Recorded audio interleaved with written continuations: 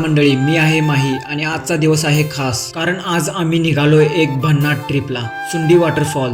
Bike ready, मी ready आणि माझा दोस्त पण रेडी. तो चलो फिर निकलते है सफर पे. तर गाडीवरून जात होतो. उजवीकडे एकदमच शिवरायांची मूर्ती. मन थांबलं. एका क्षणात शांतता. बस आजची ट्रिप स्पेशल होणार. जय भवानी जय शिवाजी. तर समोर आल्यावर बघतोय तर काय झाड पडलं. आम्ही जोरात ब्रेक मारला. श्वास थांबला होता पण मनात उत्साह वाढत होता. ये सफर है यार, डर के लिए नहीं यादों के लिए है. तर पुढे आल्यानंतर काय वैजनाथ मंदिर दिसलं. मन आपोआप वडलं गेलं. काही प्लॅन नव्हता पण आत गेलो. विहिरीच्या जवळ जाऊन पाया पडलो. कभी कभी दिल खुद ही रास्ता चुन लेता है. गाडी थांबवली आणि म्हणालो चलो अब सफर पैदल सुरू करते है. डोंगराच्या कुशीतल्या त्या पायऱ्या आणि प्रत्येक टप्प्यावर एक नवीन दृश्य. वाटेत झाडं, थोडं शांत, थोडं रोमॅन्टिक आणि आम्ही दोघं फुल ऑन ट्रॅकवर. तर बघतोय काय समोर थेट वॉटरफॉल. पाणी इतक्या जोरात खाली पडत होतं. आवाज कानात घुमत होता. मी वर बघतच राहिलो. क्या नजारा था यार. आणि त्या क्षणी वाटलं शब्द कमी पडतात पण मन भरून येतं. निसर्गाचं हे रूप लाईफ में एक बार फील करना जरुरी है. एक बाई होती